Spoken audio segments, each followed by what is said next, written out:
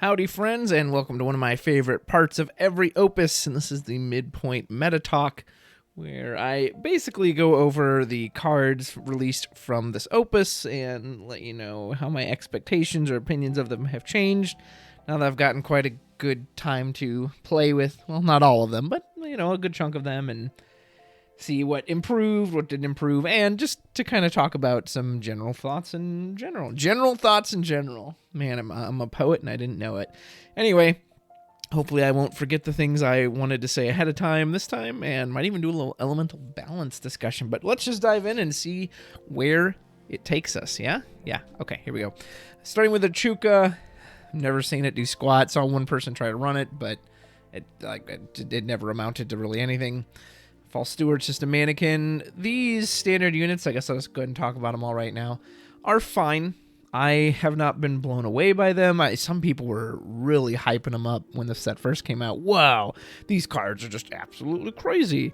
And, yeah, they're fine. They're cool. I think if your goal is to I need to get to 5 backups as quick as possible, it's the only thing that matters, it makes sense to run these. If you actually want backups that have text or an effect or a certain job, I think you're still going to run those, but it is a nice improvement over the old, evokers and summoners and those cards. So yeah, cool. Not blown away by them. I've honestly used the action ability maybe 3 times total, maybe 4, and it's usually because I have nothing else to do, and I'm like, well, I guess I'll try to dig for a new card, and I don't think it's ever actually gotten me an answer where it's like, oh, thank goodness that draw saved me. It's always just like, okay, well, whatever. So yeah, Cleoma haven't seen once. There's going to be a lot of cards on here I'm going to say that, like, hey, you haven't seen once, but I'm sure it still sucks. Salamander, surprisingly haven't seen that much either, just because I don't think there's been a lot of fire, but it is a good combination with, like, Ferris, so, like, the 1 or 2 times I saw it seemed to work well, because it's fire. Yeah, no real mono fire this set, no samurais or anything else. Zell, I tried one time and immediately didn't like him. He's just too expensive. I don't know what it is about Cat 8 and Zell, and they just can't, like, they're just so overly designed. Yeah, I don't know. I just don't get it. Selfie, on the other hand, has been great. So here's a Cat 8 I can actually say I really enjoy. I've put this in quite a few of my decks. Is given a bit of recursion to fire where there normally isn't one, so I have it in the Knights deck. And yeah, it's a burst too. Can't complain about that. And then the action ability has been super relevant. 3,000 to keep something alive that normally would have died has actually come in handy quite a bit. So big fan of Selfie. Like her a lot. Even if this is the Kingdom Hearts version. That's fine. Two-Headed Dragon has been not nearly as good as I thought. It's fun in the WAF deck, but I kind of agree with Steve D on his assessment where he's like, it's just too expensive. We're so used to our monsters being a 2 cost nowadays. And like, if you could activate him for free, maybe, but having to mill 2, and I understand that until you run out of cards, that's not technically much of a cost. But, it still can be, and I don't know. It's so... I wouldn't mind if... I almost would rather see with these monsters, and I'll kind of talk about this as I get into some of the later ones. I would rather see a more expensive monster like this with a 4 cost, and this is the one that can activate for free every turn. And then all these 2 costs, instead of letting them activate for free, maybe they're the ones who have to pay something, who have to mill cards from their deck, or they cost a CP, or they cost you to discard a card, or you have to dull 2 of your forward. I don't know, something. I think it makes more sense balance wise. Have the expensive ones, the 4 cost. Those are the ones that then get the free activation, as opposed to, well, not only does he cost 4, you got to spend 2 cards to do it. And yeah, again, he's fine for what he is, but he also Fire's definitely gotten to this redundancy point, and I'll probably bring this up a few times of, limited design space where, it burns stuff. It's like, well, great. I mean, is Fire really struggling to burn stuff right now? Jin alone already pumped up anything that burns stuff, so I don't know. I like the card, I like the art, but definitely a little underwhelming. Tidus, I've never tried. I haven't seen anyone else try it. I think one person maybe used it on me, and like it's fine, 8k burn that immediately hits you, cool. Has to be a mono fire, but whatever. It's just a card, really. Berserker, haven't seen once. Pain, haven't seen once. Too expensive. Ferris. Lady Ferris. I've seen this quite a bit. It pretty much lived up to my expectations. When it's good, but I've never felt like some people thought this card was the second coming of, I don't know, Danaluma or whatever. It's got great art. I love that you can see Sildra there in the background. But it's fine. It's totally fine. But there have been some instances, and I've seen people use this card where they can't attack with her or do whatever because they'll kill themselves because so much self-damage has been dealt to their side of the board. Especially if they're using something like a Soul with only 2,000 power. I think it's the Opus 12 one. That being said, when it works, yes, it's very cool, and it's got some fun Warrior of Light Fire synergy. In particular, my friend Steven did it with the Opus 5 wool. Let me see if I can pull him up really quick. Yeah, this guy was really nice with him because when he dies, he can play a Warrior of Light of cost 3 or less from the break zone right to the field. So he immediately just puts Ferris right into play, which then triggers her again. So, like, seeing him come back was really cool. Worth it. I haven't seen her in any pure Warrior of Light builds. It's usually just a fire-based build with Lunith, Soul, those things. And she's good there. She's absolutely good. Again, I don't think she's insane, but I think she's very, very good. Fang, haven't seen once. Meath, I want to say like one person. I don't know, like the burst is great, but they did a lot with a bunch of cards in this set where it has to specifically be multi-element or it specifically ignores multi-element. Maybe that was just for draft purposes. So like, hey, when you're drafting the set and you have to deal with these multi-elements, maybe then you'll appreciate these, but rarely do I actually want to discard multi-element cards, so I don't know. I haven't seen much use for them. Ramza, good old Ramza. This was the deck I wanted to build first, and it was the one I probably spent the most time on to start. Unfortunately, I just don't think Knights are there yet, and I think Ramza tries his damnedest to get them there, and they're just not there, but I don't think it's any fault of his. I'm happy to pay 7 for this. I think this is one of the well-costed Warp cards, and I think the Warp 2 is actually fine as well. I appreciate that it's not just double fire, because sometimes I actually need to pay with a different element. And yeah, his action ability is obviously very strong, but again, there's just not the support there to do it. I know my, what's his name, Matt, my buddy Matt, who plays in the RVA Weekly, he will use the Fire Earth version, so he can use some of the backup knights, which currently is only, other than the other Ramza, Sigwardius, Pelennor, and I like that. So, he's got good text. If we could ever get new knight names, not just another Beatrix or Agrius or another Ramza, get actual knight names that can fit in this category, in these colors, I think we could have something really special there. But for right now, you know, he is great for what he is. He's absolutely the Ramza you're going to want to play, but the category as a whole is just, it's just not there yet. Lulu, haven't seen once. It sucks. Rain would have been a perfect person to have in the Knights, but you know, he's just, I don't understand the point of this card. So to get him cheaper, you want him to come in alone, but in reality, if he is a knight, and nothing really works with like kings entering the field right now that I'm aware of, you would want Lastwell to be there first, so Rain enters and triggers a Dull Freeze, or Rain enters and triggers a Beatrix Pump.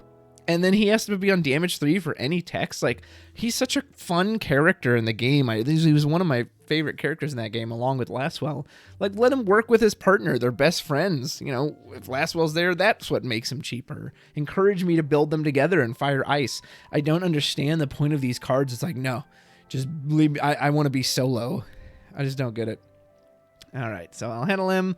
Cool to have in the game. I've seen it used like maybe once. You know, that's fine. It does what it does. Vice, and I'll just kind of talk about Vice and Nero together. What a package. I really love these two. You know, my feelings really haven't changed since I first saw it, because I was like, well, you know, if you have continued forms of discard, this card's great. You can hit their monsters, you can hit their backups. And then the Nero makes it, to me, worth it alone to play a single Weiss. And I don't mean like a single one in the deck. I mean, if you have Nero and you put Weiss in the field and you discard a card from their hand and you Dull Freeze a character, as far as I'm concerned, he's done his job at that point. He's gotten his value. If you can continue to get more value out of him, like there's an Ice Earth deck that Ryan is always playing where he will use Unalesca and Scale Toad to just get these continued triggers off of ice, and that's also awesome. I love seeing that deck in action.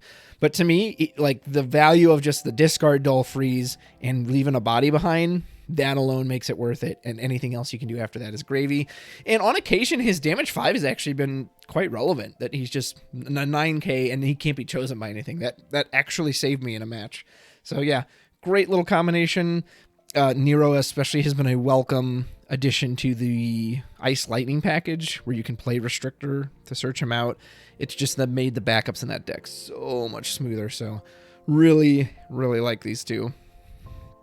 Quistis is fine. I've seen it used once or twice. I don't like these cards where you have to have another forward who can attack, but random discard is, of course, great when it works. Kuchaspel I like a lot. I would like to see more design like this in the future. I love that you can force someone to discard a card. It triggers all those discard effects. Now, unfortunately, I just don't think mono ice on its own is that great right now. I think ice is quite nice as a support element in the Ice Earth, in the Ice Lightning, in the Ice Wind.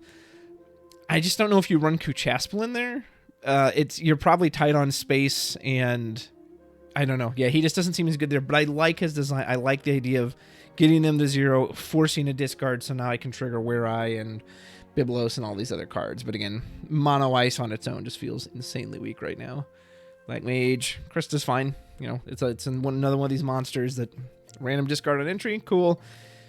And see that Krista's activation being free kind of makes sense because it's tied to their hand size. So again, there's still like a condition to it. Shiva's terrible.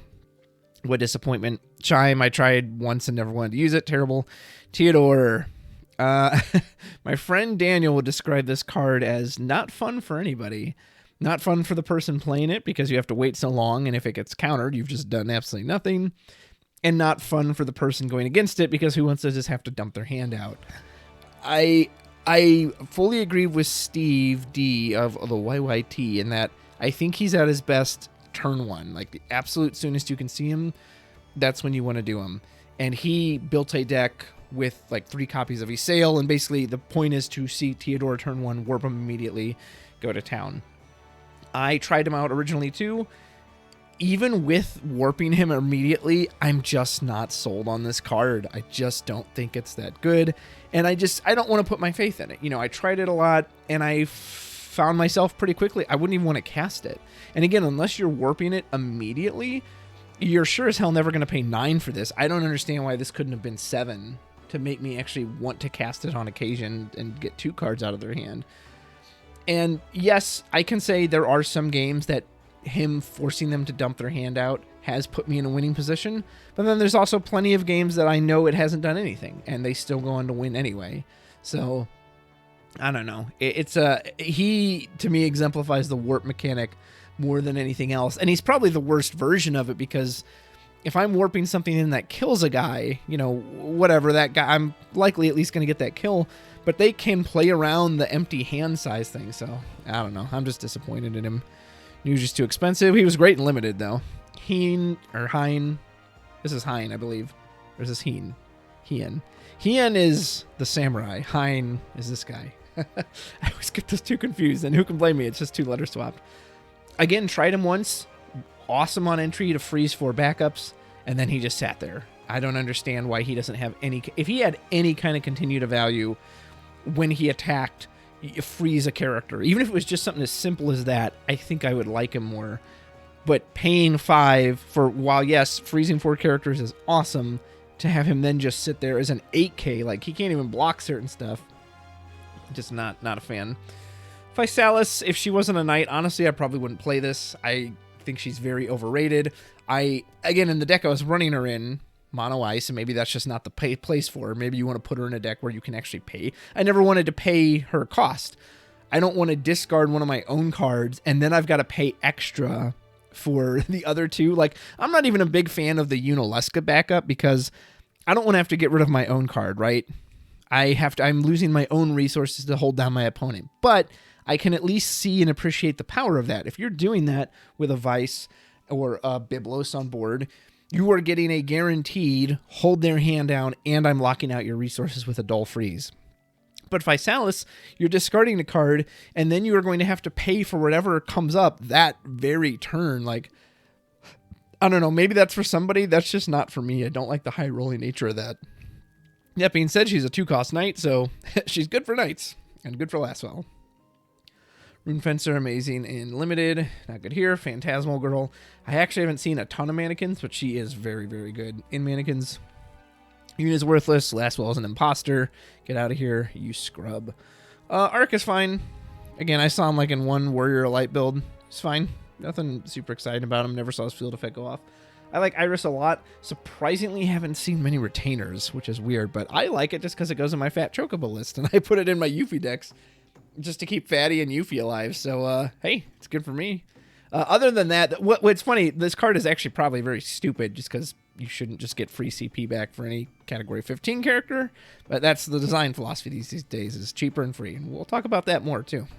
Delusory Dragoon is actually a bit better than I first thought, because part of me was like, well, why would you play this over the Onion Knight one from Opus 13? And because that one can't be blocked, it's already got haste, but this one not only has haste itself, it then can give another mannequin haste, so you can kind of get 2 surprise hits. Plus, with mannequins, I mean, you could run the Onion Knight one too, but I actually do like this Dragoon a bit, seeing him in action. Kites is fine. Again, I don't know if I've ever seen the you reveal, you get a Cat 12, activate him, other than in the Fran decks. The Fran deck's the only place I've seen that work, and maybe that's good enough. However, his action ability has been relevant, where you just activate 2 characters. People will use that to dodge effects or to do surprise abilities you didn't think they could do. So, yeah, he's fine where he's specialized. We'll never replace forward kites and Sky Pirates, but I don't think that's what you want him for anyway. Never seen Ranger. Cerberus is just... I mean... So, genuine question, why is it modal? If it just broke a forward of 5 or more, or activated your backups, it's free, or draw. But why do you get the choice? Why do win cards get the choice? Why does it get a why can't Ice have this? Hey, when the Krista enters, Dole frees 2 backups, or the random discard, or break a Dole forward, whatever you want to put on there. Like, why, of all these monsters, Wind is the only one that gets modal effects that, hey, and all 3 effects are great. They've got a big threat. Cerberus, take it out. Of course, give you all your backups. Makes it more than free. Yeah, you know me, Wind cards do that. And just draw a card, a neutral effect. So even if they have no board and you have nothing else to do that turn, so you don't need your backup, okay, I'll just get a card back. Like, why? Why is... whatever. The only nice thing about this is that he is somewhat difficult to block with because you have to cast 2 cards. Granted, again, that's not out of Wind's purview to hit him with the Sura or Chocobo on their turn, but for the most part. But he's also, and he's a 9K, he is a 9K too. Why is he also one of the biggest forwards? I mean, compare him to the Dragon. So he costs 1 less, he's the same size. On your turn, his activation effect is absolutely nothing, and he gets you 3 choices. Hey, you can do something offensive, you can do something defensive, or you can just do like a neutral play. Like, I just don't get it. I don't get their design when it comes to Wind. Whatever. Coal Cab, never seen it. ZG is surprisingly great. When I first saw this card, I don't even know who the character is. You know, I'm one of the people, I don't just play this game because I like the game. I'm a huge Final Fantasy plan. Yep, I'm a Final Fantasy plan. I'm a huge Final Fantasy fan. I've played almost every game in the series. I've played all the main lines. Other than 11 is the only one I haven't played to completion, but I played all the main lines. So in ZG, and I haven't played Intergrade or whatever, I'm assuming that's what he's from, but I'm just like, who is this guy? But you know what? Who cares who he is? His effect is fantastic. He's a 2-cost win backup, so you're just happy to put it down. And then for the price of surprisingly just dulling and breaking him, you search out a Cat 7 forward. I mean, that's just insanely cheap. It's amazing for Yuffie. Just go get more Yuffie fodder. You can even do random things. Get Sephiroth with it, the new Elemental Sephiroth. And we know how supportive of a Category 7 is, so no issue. He's gonna have plenty of targets going forward. He can also be searched out by Elf as a backup package, which I totally did in my Yuffie deck. So, yeah, insanely good. Thief. Charlotta, I haven't used myself. I've heard people actually really like her. I think Eureka and I were kind of like, Eureka said it was a trap in our review, but since then I have heard that people actually really like this card. Search out anything you want. Again, haven't used her myself, but that's what I've heard. Dryad is just stupid. Why? Is it necessary to try to fix any of Wynn's little flaws? It's just so easy to get to four characters, and now you can do an 8K ping. And the funny thing is, you don't even need to do mono Wynn for this. Maybe that's what they intended, because all these summons seem to have this like mono-based idea. Well, you can remove 10 cards for the kicker. I don't know if any of these summons actually give a crap about the kicker, and I've seen people use this in Icewind very easily. It was in the main Xanarkin tournament, and he was still getting 10,000, 12,000 damage off of it for just the cost of 2, and it helps you eliminate any of those big threats with, okay, now I don't have to see Typhon. Now if I see Dryad, I can, build up a turn or two and then bloop, blast it. Works great with Lulu. And Wynn doesn't have like a ton of recursion. There's a few things in its break zone it once it gets back, but you're probably happy to pay 10 to also draw a card off of it. Like, I just don't get it. Whatever. Nash, whatever. Bart's, only place I've seen him that I think he's like nutty is Turks. I like him the best in Turks. Sky Pirates too, but I don't think like Bart's is the reason, oh my god, Sky Pirates are kicking my teeth in. They're Sky Pirates. They kick my teeth in because they're Sky Pirates. I don't think Bart's is what makes that interesting. Other than that, but again, I think he works well in Turks because Turks didn't have a ton of support. Let's actually see what job Turk. Member of the Turks, of course. Well, let's just stick to the forwards. Yeah, so when you were playing those Turks lists, and you wanted to do the Exodia thing, you had these 4, or you had these 3 plus Elena, so that was your 4. And then they got Cisne, whereas Bartz just adds another one, so I actually really liked him in the Wind Lightning Turks list. Other than that, he's just fine. I think you do want to specify a place where he's a job tribal. Who knows? Maybe something will come up in the future that will be relevant if Wind ever gets a job tribal. Poppy, I haven't seen once. Yuri, I've seen a few people. I've seen him in a few decks, but I haven't seen enough to be like, oh wow, that Yuri really does something. So, I mean, he seems fine for what he is, but I don't know, not impressed. Yuffie. There's that signature, ain't it? Card I was completely wrong about. I've said it before. I'll say it again. I misread it. I thought it was until the end of your turn. She can't be chosen. No, it's to the end of their turn. So this card is just a perfect storm of everything. It's a big body. It's 9K. It has haste, so it can immediately go in. Then it attacks. It reactivates itself, which is key for Doom of the Living. If it didn't reactivate itself, even with haste, you would have to make a choice, right? You would have to sit there and either, okay, I'm not going to attack this turn because I'm going to use Doom of the Living, or I'll attack, but now I'm dull. I don't have Doom of the Living without outside help. Nope. She just puts herself right back up. She's ready for Doom of the Living. She's just this massive body, and then they can't hit her with anything on their turn. And it makes her immune to EX bursts. And then Doom of the Living is just this absurd removal spell that basically says board wipe them. And, what's funny is I was talking about this card with my buddy Daniel because I tested this a lot, and if you took away any of that, would she now suddenly suck? So I think it's absurd she can't be targeted on your opponent's, for the rest of your turn and your opponent's turn. I think that's really dumb and makes the card very frustrating to play against. At the same time, if that wasn't there, would she suck? She probably would, because you're like, okay, I'll just kill her on my turn, or, oh, you hit EX burst, send her back to your hand, or get her off the field, whatever. So she probably did need that. And yet at the same time, by having that, I think it throws her way over the top. I was playing a match against Chocobo Joe in RVA where we were both playing Euphies, but he got his out first and just smoked me with it.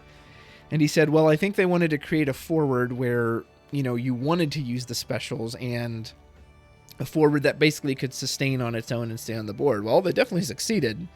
They definitely succeeded with Yuffie, and I wonder if they anticipated being like, oh, well, you'll just use 3 copies of Yuffie, and you'll just use, the other 2 for Doom of the Living, and that's it. I wonder if they actually anticipated people being like, no, I'm actually going to dig up a bunch of old Yuffie's and just use all this fodder because I have this almost unkillable forward. Yeah, she's and then I'm going to touch on that theme again later with another legend, but that they seem to struggle to design-wise to find this middle ground of it's either too bad or too obnoxious. And they seem to struggle to find a middle ground of like, okay, it is good, but you can deal with it in XYZ. So, yeah, find the card very annoying, but hey, I'm happy to abuse it. Leafkin, he's cute. I like him to get Yuffie or Bismarck out of the deck. Araman, I have to read this card so many times. The multi-element thing throws me off. I always think, oh, he breaks multi-element forwards. No, he breaks anything other than them. The generic break is good. He's probably one of the hardest to turn into a forward.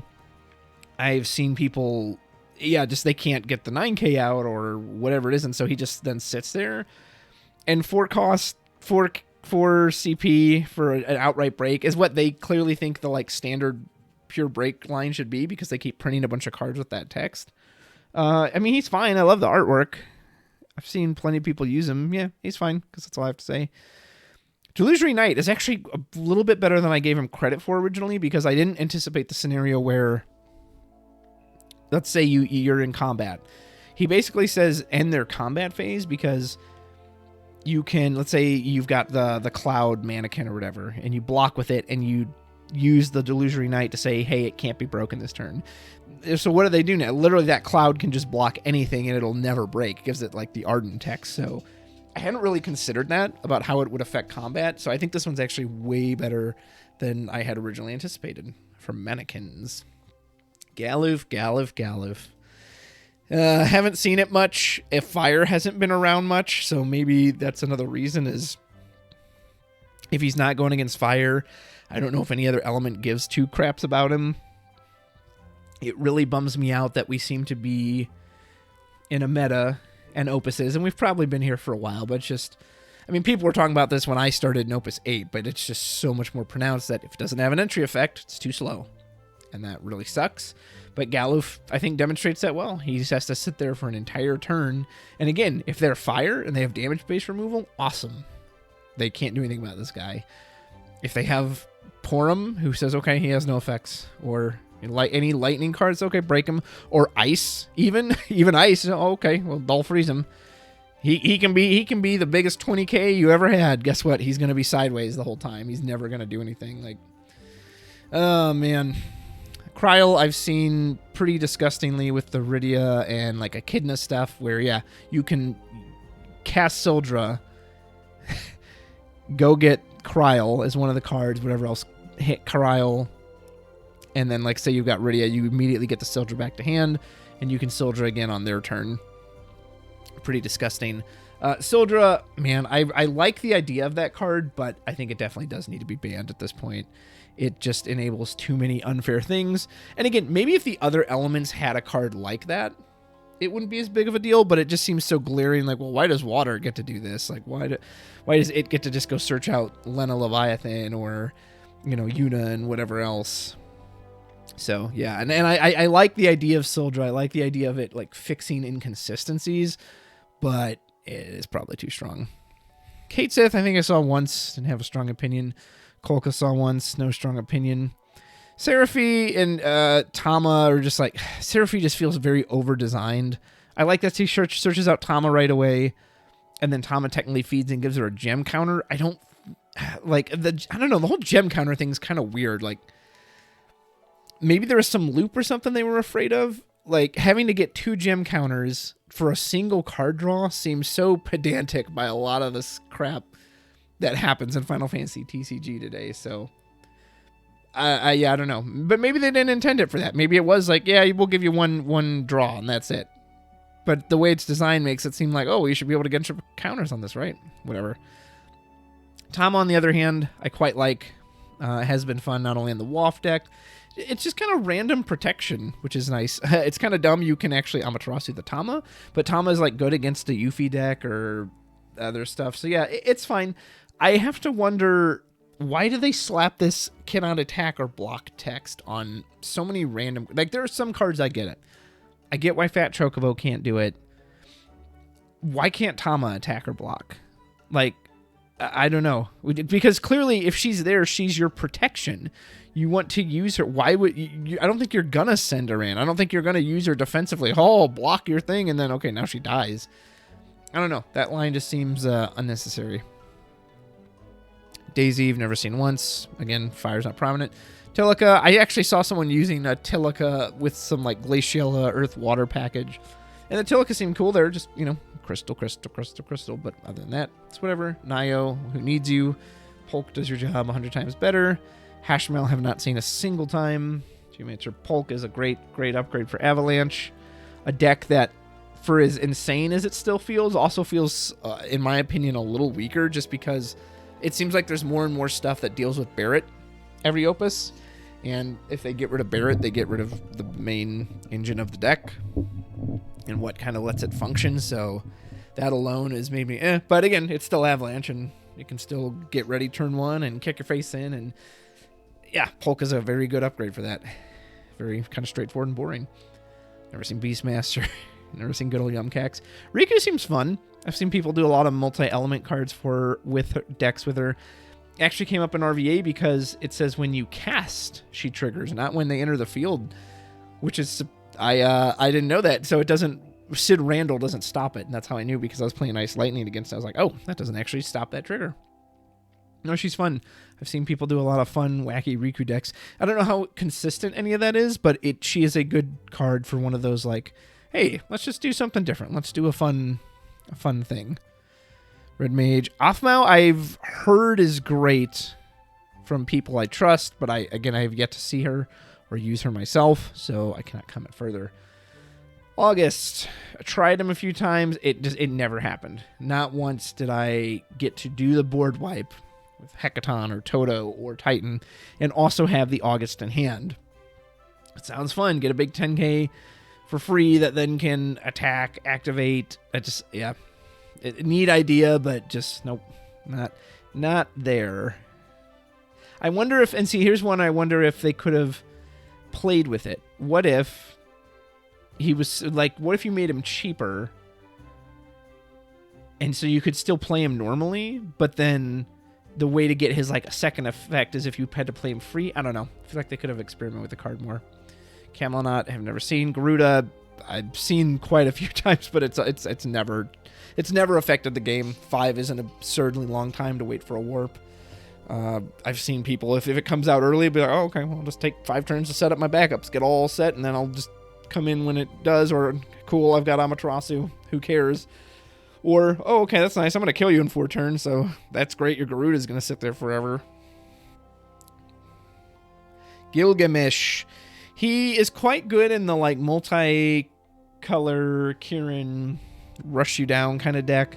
In the 8 deck, he's like, okay. Light Squall makes him a little better because he can hit 3 costs. Again, he just feels so over-designed that it's weird.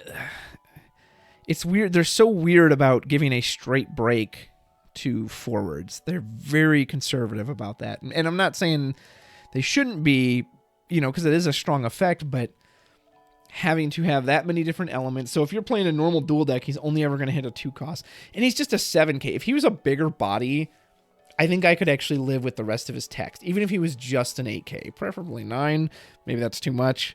Or 8.5, right? Can we split the difference? But being a 7k, I mean, I used him just a few nights ago. He comes in, he breaks their big forward, and they still have an 8k sitting there. So it's like, I can't even attack.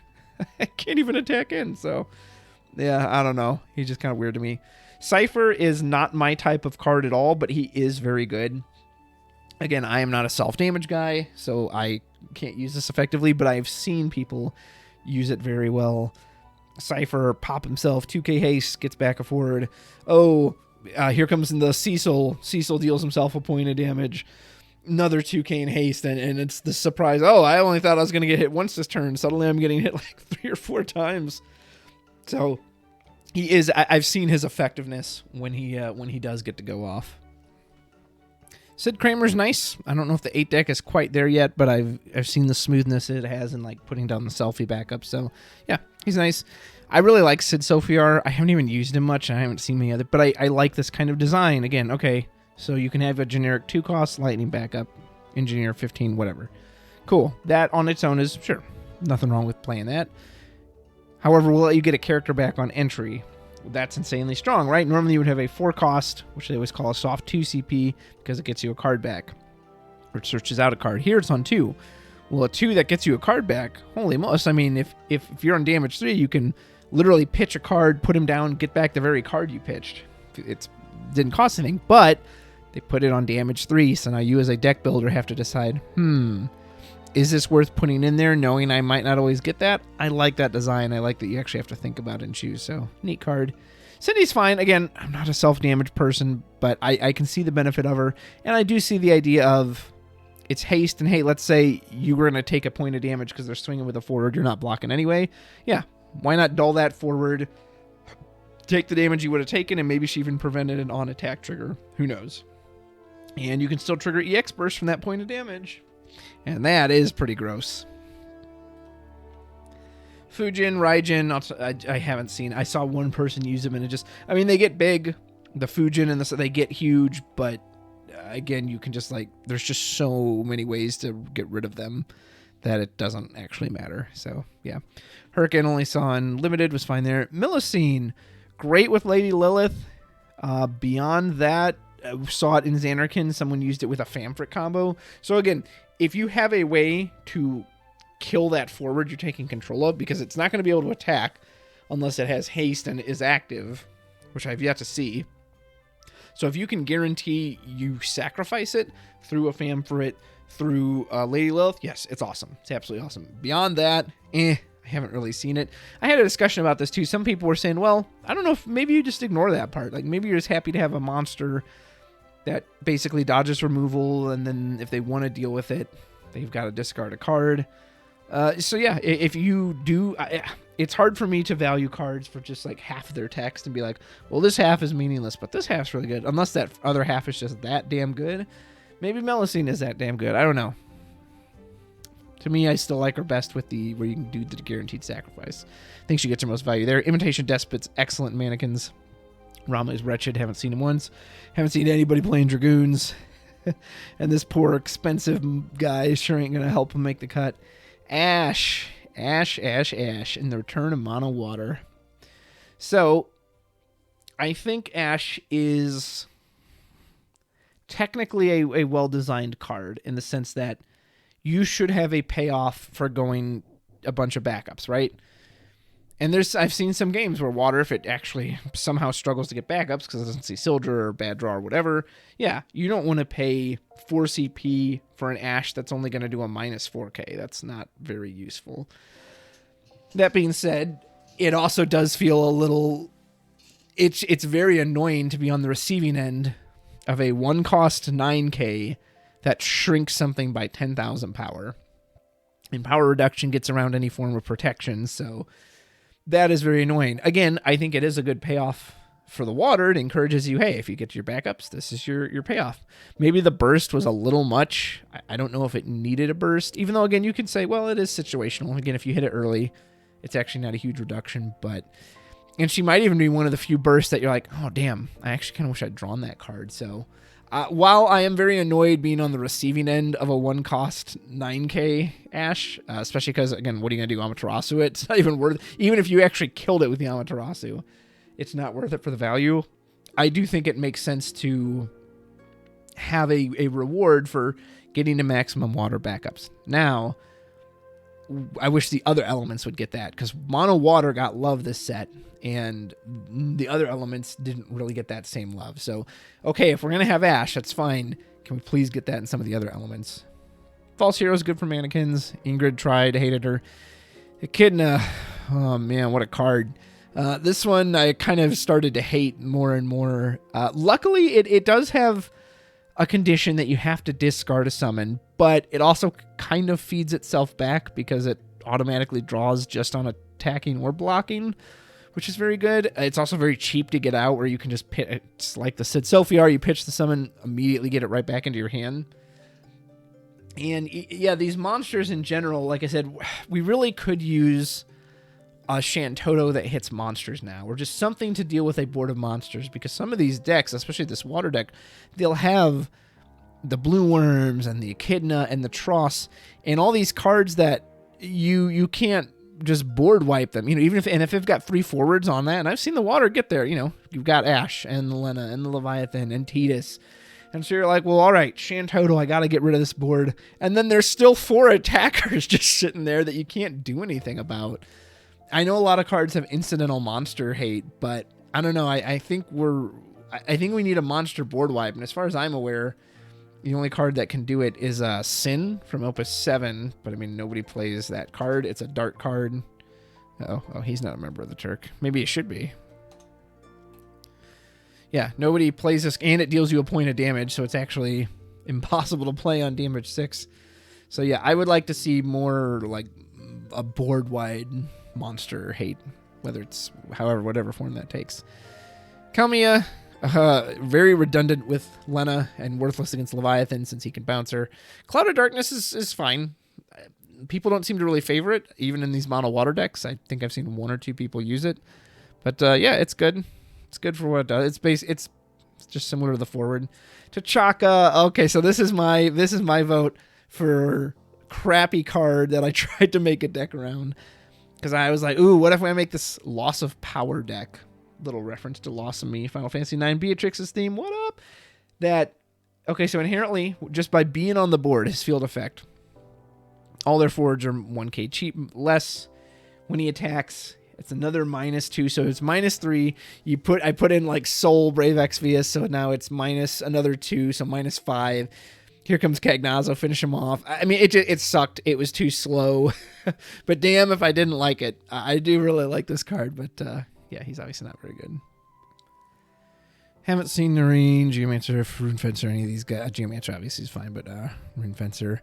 Leviathan, not as absurd as I thought it would be.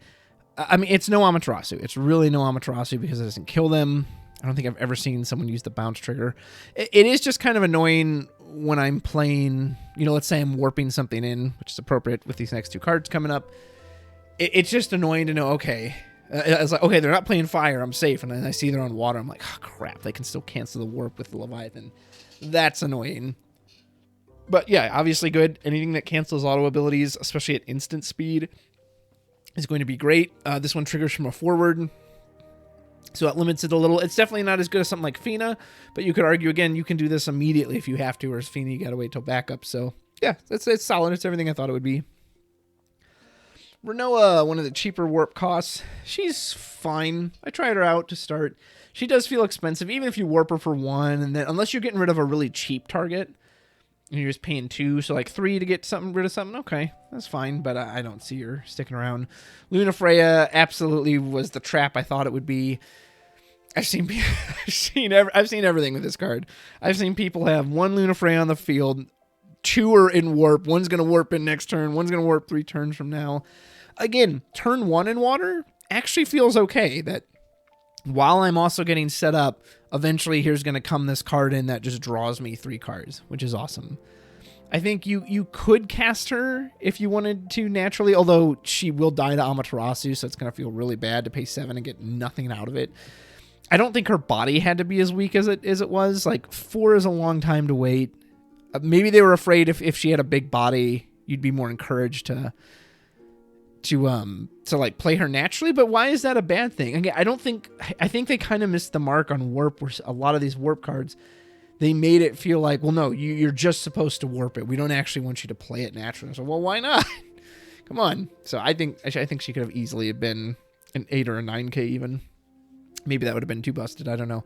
But warp in general, always happy to see a new mechanic. I've been complaining forever about them expanding the design space, so I hope they keep going, doing more things like that. It's just very slow, in a game where if you take a single turn off in this game, it feels terrible. If you have a turn where you legit draw 2 cards and pass your opponent, and you don't have anything you're going to do on their turn, it feels wretched. And that's kind of just what these warp cards are. And it just gives your opponent so much information, and it telegraphs so much. Hey, here comes this thing.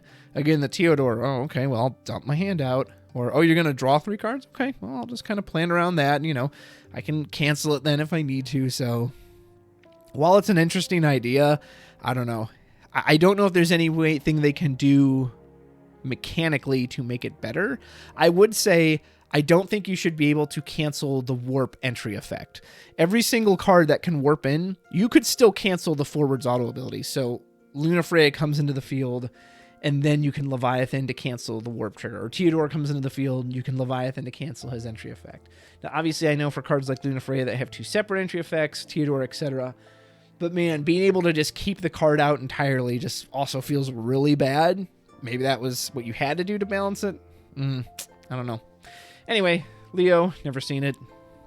I'll get back to Lena in a second. Len, never seen it. And Waka, just generically good water support. It's a shame he messes with the Anthem version, because I think that would be really good in current mono water. But yeah, generically good, awesome water support. Lena. So I've seen some people asking for Lena to be banned, and I absolutely understand that sentiment. I understand the complaints about her. So here is my opinion on Lena, aside from the great art that I love. I think every line of text on her, as written, for her cost, is fine. I think if you looked at the text itself, it's fine. Field effect, your cards can't be removed by summons or ability. Oh, okay. Yeah, that's fine. That's nothing insane. Action ability, remove 12 water cards in the break zone from the game. So it's 12, that's a lot, and it has to be water. So you basically have to play this card in mono water. Again, I think that's fine to incentivize a payoff for leaning into a certain color.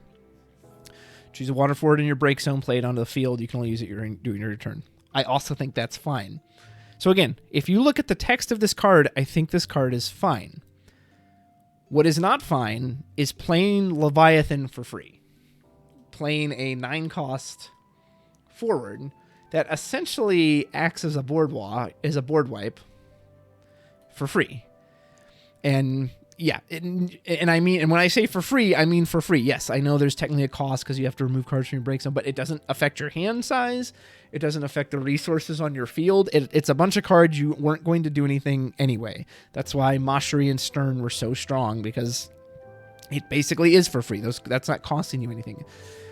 And this card is in some ways he's worse than a board wipe, but in a lot of ways he's actually better, because bouncing a backup and potentially bouncing a monster too, they now have to spend CP playing that, and as I've seen in many matches, you can just lock them out of CP. If they're playing a dual element deck and you knock out the one element backup they have of that color, okay, well now they're locked out of that.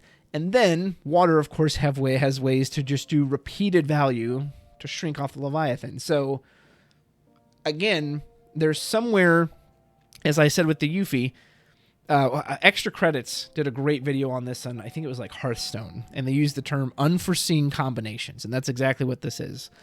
I think Lena on her own is fine. Playing Leviathan for free is not fine. And it goes into what is my complaint. That has been their design for so long, is cheaper and free, cheaper and free, cheaper and free. That's not good design, because you can do that for anything. Remember that Sin card I mentioned earlier?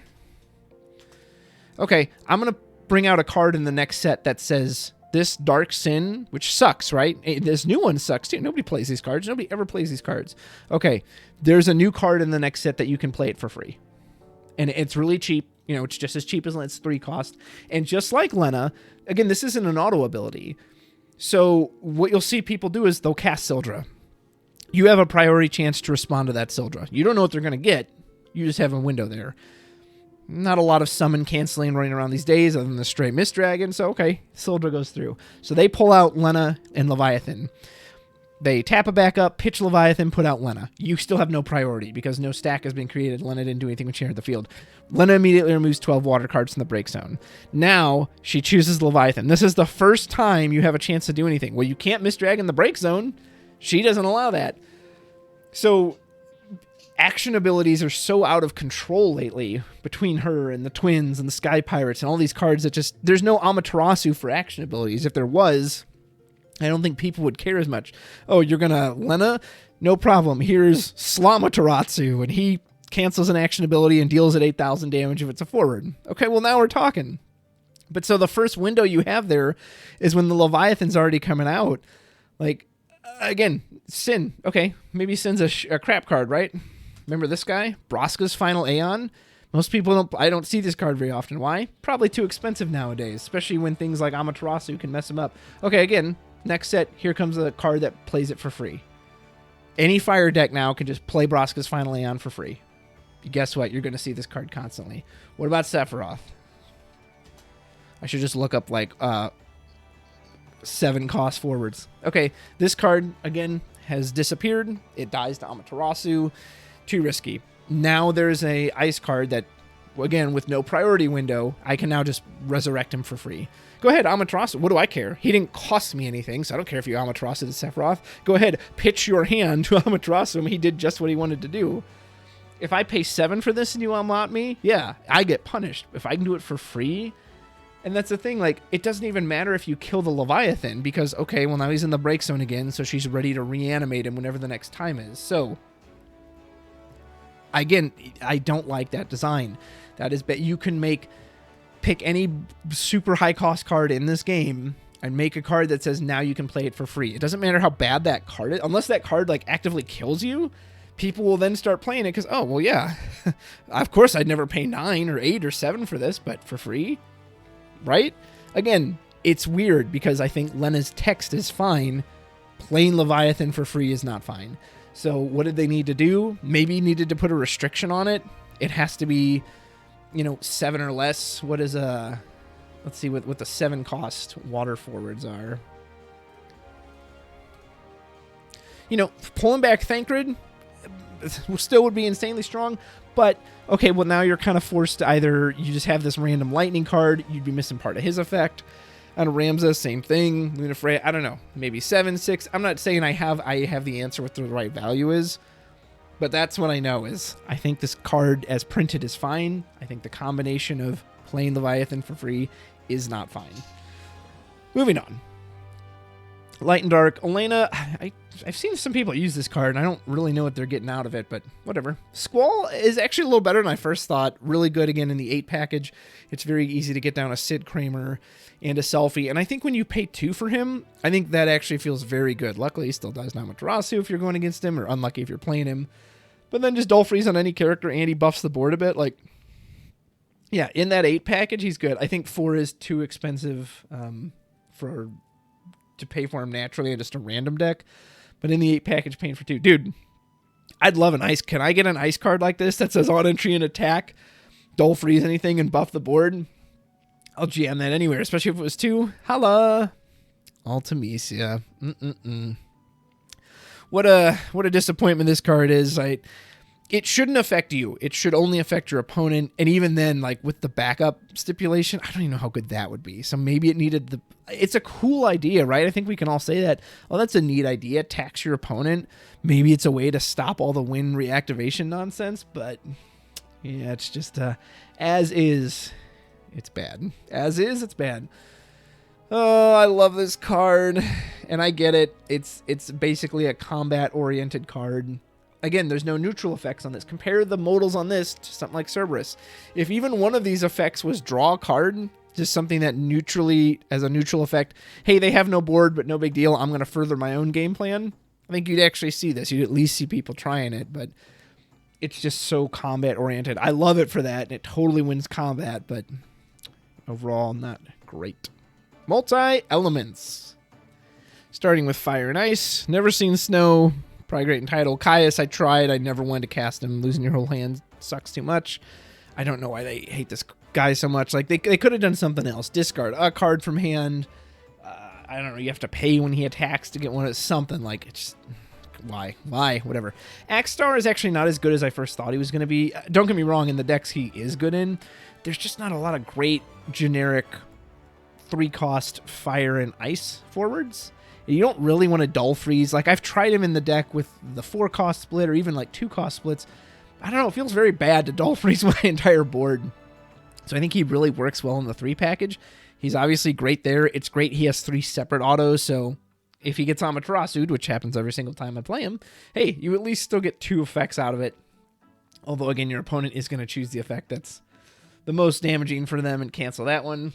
But yeah, he's fine for what he is, but I don't know. I was a little disappointed that he wasn't as smooth as I'd hoped. But he's one of those cards that surely can only get better in the future, right? Leon is a joke. Why would you print this and Bosch in the same set? This one does the same thing except 100 times better. Zondi, I don't understand at all. I don't get what you're supposed to do with this card. So he has to enter after you lost a bunch of stuff. And which imply like it almost implies like, okay, after a board wipe he comes in like August, right? Except his job is then to wipe their board essentially. So what like was he only is the auto ability only there for the action ability? But the action ability is insane. All 5 of your backups.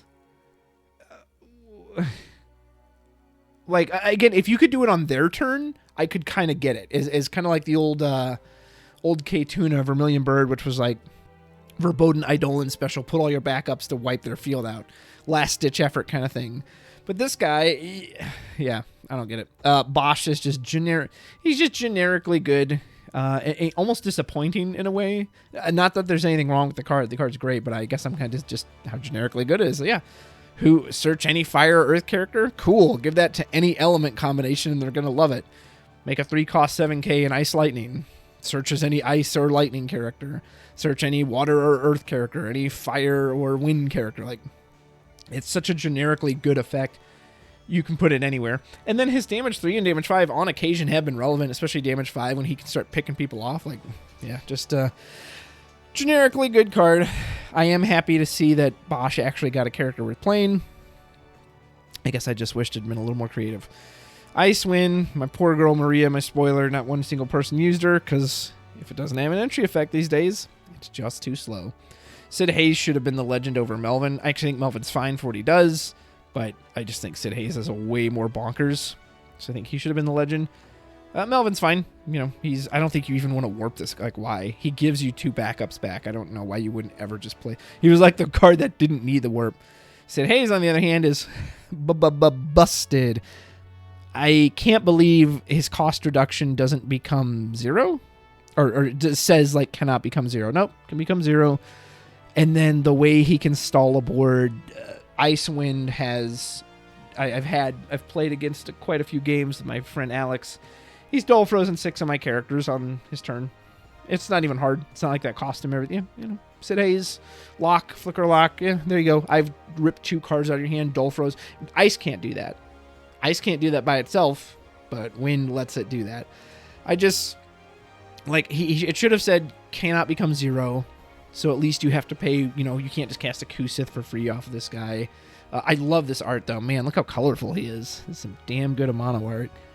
But yeah, he's just obnoxious. He's a very obnoxious card. Sephiroth is fantastic. Ice Lightning, and this Lightning is fantastic as well.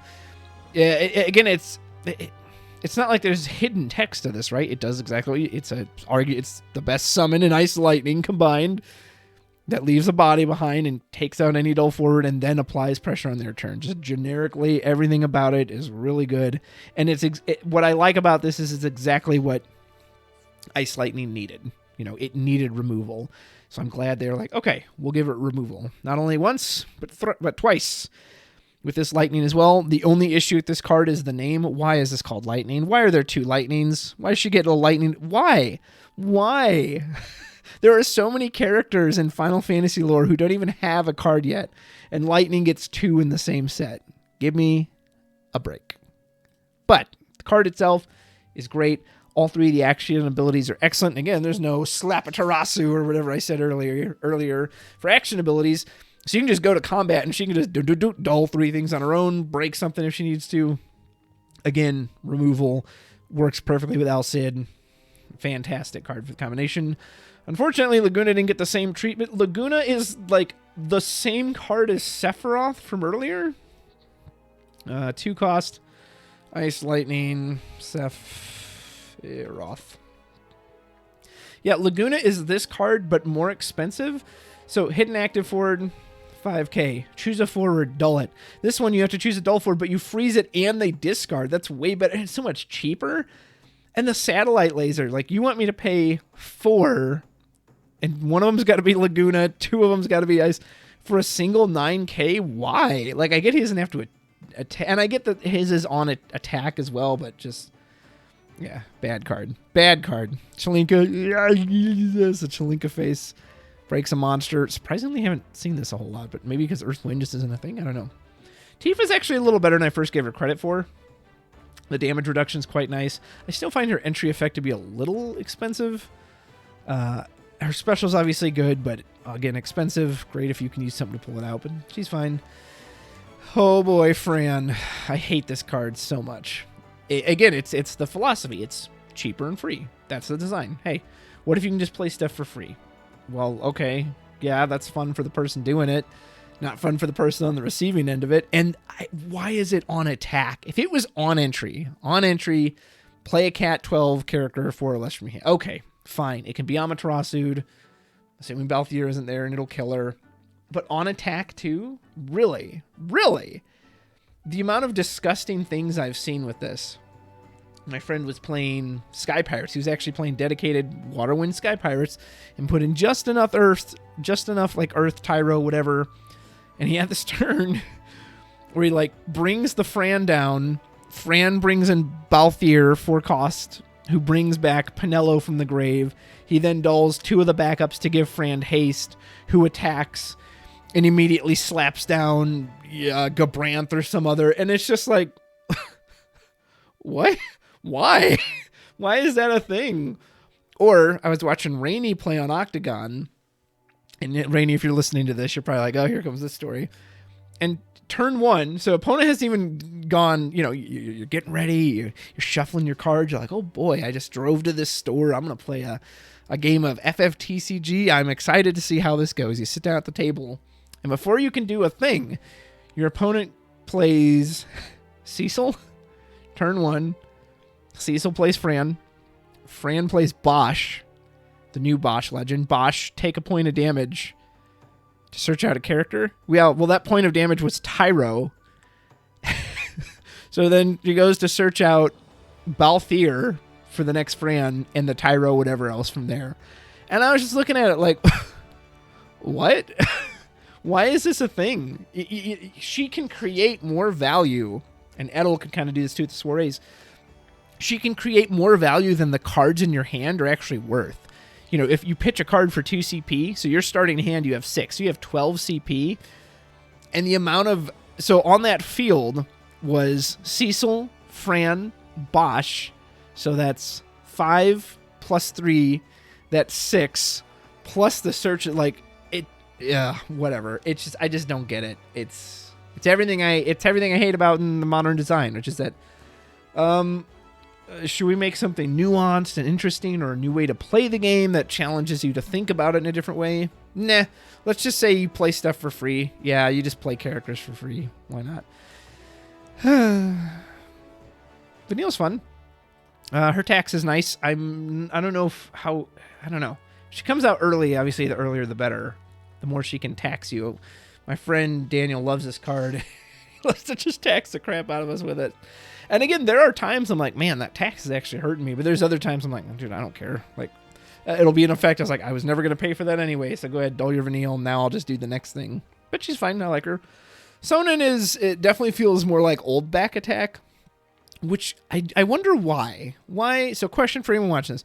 Why does Sonnen not feel as good as Sephiroth? At least he doesn't to me. Is it just the colors? Because he has the same cost. And he does basically say, because he can block himself, enter the field, switch the power of something. So essentially, he should do the same thing. And you could even argue he's got a burst, but he also doesn't have any continued value. Is that it? Is that what the difference is? Is that, yeah, he'll get the surprise back attack play, but then he just sits there. He's just a body. Whereas Sephiroth says, hey, not only did I just take out the thing you were banking on, I'm coming after you next turn too. That would be my guess. I have used his alternate cost a single time to save myself from dying, so it was nice that it was there, but again, that's the only situation you're going to use it in. But let me know what you think of Sonnen. Good old Billy Bob! More Avalanche operas I've never heard of, but here they are. And yeah, he's just generically good. Get back any forward other than himself. Works in Avalanche. Them having another forward to attack with is obnoxious. Barrett makes it very easy to get him out. Cloud makes it very easy to get him out. Very annoying, and I have no idea who this character is because I've never seen him before. Onion Knight sucks. I don't know why it's in these colors. Lightning is good, but I've struggled to find a deck to put her in. I've tried like an Odin deck to use her recursion a lot with Thancred, and I don't know. I just didn't like she is obviously a generically good card. Her element combination I found very difficult to build around. So if anyone's got a good water, lightning deck, water, lightning, got a lightning and lightning, let me know, because start with that one. Lilith isn't even worth looking at. Her effect's not even amazing, and if you're playing Dantress, you're playing the Lilith. Eject isn't worth a damn. Haven't seen anyone use him once. Arciela and Furion, I think, are fine. I find them to be slightly overrated, especially Arciela. I think Furion's a little better. But at least in my experience using this card, yes, when you can go kill a forward and I draw a card, and it didn't really cost me anything, I just had to show cards, feels good. However, at least in my experience using her, maybe I'm bad at playing her, I don't know. There's actually times I struggle. I won't always have the cards in hand, or I'll have 2 fire and a water, or 2 water and 2 fire, and so then I'm just like, I actually can't do either of these effects. In practice, I have found it clunkier to get the effects off than I thought it would be just thinking about it. Because when you think about it, you're like, oh, I'll always have a dual fire water in hand. I'll have the Steiner, the Furion, whatever. But then Furion's kind of a weird one too, because unless you have a spare copy, well, you really want to get him out there to rush in for haste, so you don't often use him as a reveal effect. And there have been a few times revealing to my opponent, oh, you have Amaterasu in hand? Okay, cool, thanks. I'm going to play around that now. Oh, sweet, I'll make sure to put my Zidane next turn and rip that out of your hand. Like, yeah, I don't know. In practice, she's been clunkier than I had originally anticipated. She is good when she works. Same with Furion. I love, on attack, draw a card is obviously great, especially with haste. Can't complain about that. And I'm just not convinced about his action abilities yet. One, he dies to frickin' EX burst like nobody's business. Oh my gosh, the amount of Brynhilders that have killed this guy. I'm sure someone will be like, well, just use it beforehand. It's like, cool, and then if I don't hit Brynhilder, I just wasted a card for nothing. Two, same thing where, okay, I can block with an 8K, and, okay, well, on the stack, I'm going to try to do all this stuff. And like, okay, well, now I'll Brynhilder in before any of that resolves. And even if they then stack further, I don't know, I've just seen people dump their hands to keep this guy alive, and then they end up losing the game. It's like, okay, I don't know if that was yeah, he didn't die, but you just lost 4 cards from hand, 3 cards from hand. So it sounds like I'm pooping on him. I actually think he's fine in practice. And again, if you have an open board, if you've got a clear shot, haste draw card feels absolutely great. I just, in my testing, don't find him to be as smooth as other people have. Maybe I'm just bad at it. I don't know. Finally, touching on the starters, who sadly I haven't seen much of. I thought retainers were going to be a thing, and I haven't seen anything of it. Idolus, I think, is a good card. He's kind of, I don't know. He's good. He's good. I just don't see him much. But I haven't seen much of Fire. Ravis was actually really fun in the starter deck, but he's so limited by looking for job captains. Maybe in the future he'll be playable. All the retainers they're fine. They're a nice, solid package. They are definitely not as strong as I first thought they would be. The Noctis ability is incredible. The amount of removal you can get off of him is absurd. But Prompto's 2 card draws I find quite difficult to get off, actually. It's very hard to get all 4 of them out there together. And granted, you don't technically have to have Noctis, but usually that's what you want, so you can give him the haste right away, otherwise he's got to sit there for a turn. Ignis is fine. I don't know. Yeah, I don't know. Sometimes people don't even use this one, they just switch to the other one. The activation is kind of absurd, but it's win, so whatever. Gladiolus, I'm incredibly disappointed by. Don't get me wrong, playing a 2 cost, so playing the Noctis, you can search out Gladiolus, and now you say pay 2 to hit anything for, whatever, 11,000 damage. I just don't like that he's just a big dumb guy, like, because that's what his last card was, and his last card at least had a special. Like 10 opuses ago is his only other card, and guess what it did? Oh, he's cheaper if Noctis is on the field. He was limited by Earth CP, and then he had this special ability. Like, that's it. In 10 opuses, you couldn't come up with another effect for this guy other than, he's really big? Also, I almost feel like this effect should be, if he takes damage, it gets reduced, kind of like the Tifa effect. Like, him increasing damage to someone, I think has only been relevant, like, a single time. He's already massive. I don't think that's going to be a problem for him, so I'm just disappointed by how crummy this card is. The Titan outside the starter deck, haven't seen once. I mean, in theory, it sounds kind of nice. It's good remove. I don't know. Does Earth really struggle for removal? On a summon, it's got Cactuar. I don't know. Why doesn't anyone see Titan? Or maybe why haven't I seen Titan?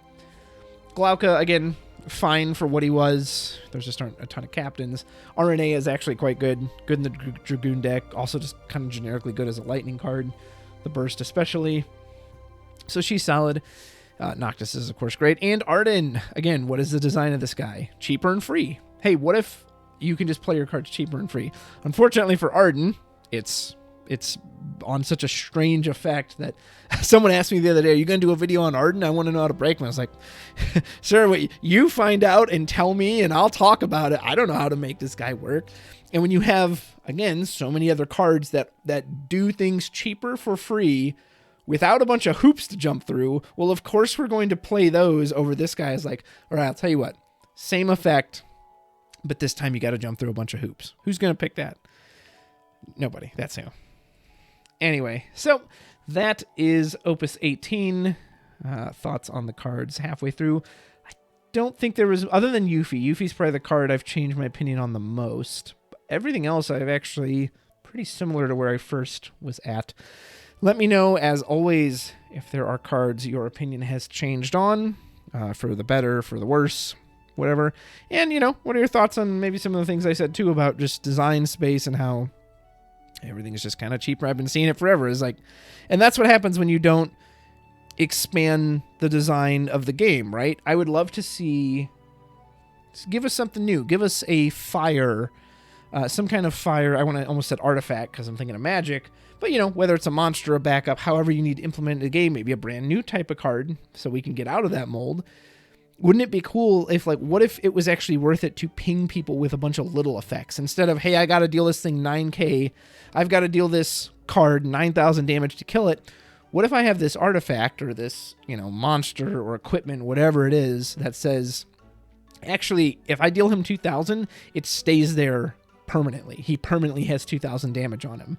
So then if he takes more in the future, that permanently stays on him. And now, again, that's not as good as just outright killing, right? So, okay, give it an incentive. If a forward dies like this, you get to draw a card, or your opponent takes an extra point of damage. And I don't mean tie it to something like Gargus, because they kind of tried that with Gargus, right? Like, oh, these kind of poison counters. But that's only tied to him. What was his name? Gargus? Gargus, I spelled it wrong. That's tied to him being on the field. When he's not on the field, that's meaningless. Have a card that sits to the side that just says, no, as I'm playing this fire, I can very slowly burn you down. Because again, now that makes a decision on your turn. Oh, this Caius now suddenly, yeah, he's got 9,000 power still, but he's already taken 5k damage from last turn, so they can chump block with a little guy. I don't know. Would love to see more design like that other than just enter the field effect. For the record, over half the cards in this set have the text enter the field. I believe it was like 77%, or 77 cards, not percent. I think it was like 53% of the cards are all enter the field effects, which I'm just personally just a little bored of. Anyway, that's what I think. Let me know what you thought, what you love, what you hate, and all the above. Thanks for watching. I appreciate it. And until next time, play Laswell. But not that one.